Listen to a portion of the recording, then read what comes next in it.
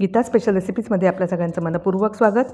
मंडळी, आज मी तुम्हाला करून दाखवणार आहे मस्त उपवासाचं थालीपीठ। आणि यासाठी मी इथं साहित्य घेतलेले आहे 3 मध्यम आकाराचे बटाटे आणि रताळी उकडून घेतलेली आहेत आणि मॅश करून घेतलेली आहेत। याच्यामध्ये आता आपण घालणार आहोत 1 वाटी साबुदाणा पीठ, 1 वाटी वरीचं पीठ आणि अर्धी वाटी राजगिरा पीठ, असं 3 मी पीठं घेतलेली आहेत। सैंधव मीठ घातलेलं आहे चवीनुसार, तुम्ही साधंही मीठ वापरू शकता।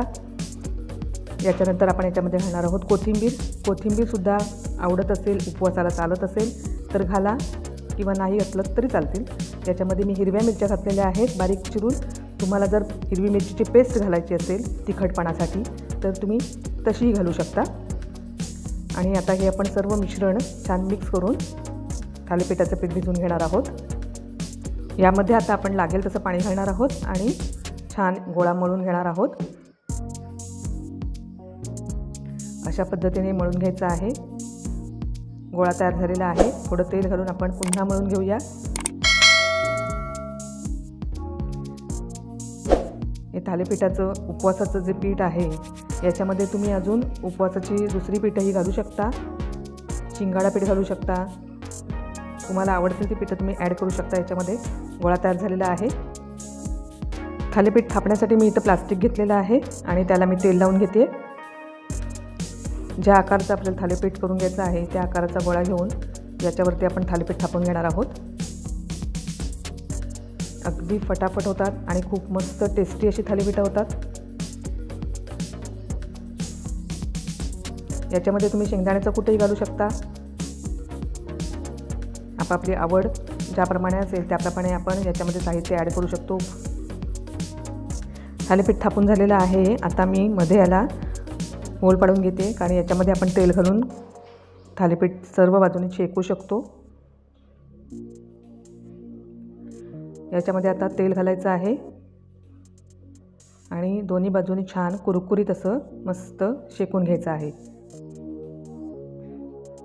हे थालीपीठ तुम्ही कुरकुरीतही करू शकता किंवा जर सॉफ्ट हवं असेल तर सॉफ्टही करू शकता। थालीपीठ जरा जास्त भाजलं की ते छान कुरकुरीत होतं। थालीपीठ आपलं आता एका बाजूने होत आलेलं आहे आणि आता आपण परतून घेऊया।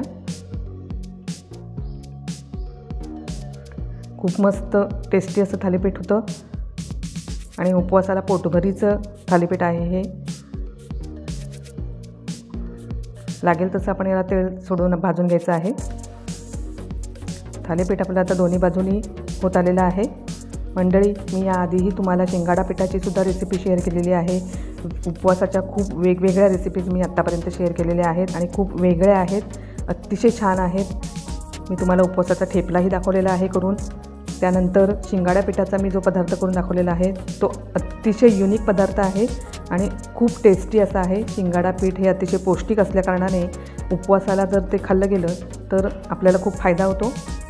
तर तुम्ही ते नक्की बघा आणि करूनही बघा। थालीपीठ झालेलं आहे। अशा प्रकारे मी बाकीचीही थालीपीठे करून घेते। मंडळी, तुम्हाला माझी ही रेसिपी आवडली तर तुम्ही करून बघा आणि मला कमेंटमधून तुमच्या प्रतिक्रिया नक्की कळवा। भेटूया पुन्हा माझ्या नवीन स्पेशल रेसिपीसह गीता स्पेशल रेसिपीजमध्ये। धन्यवाद।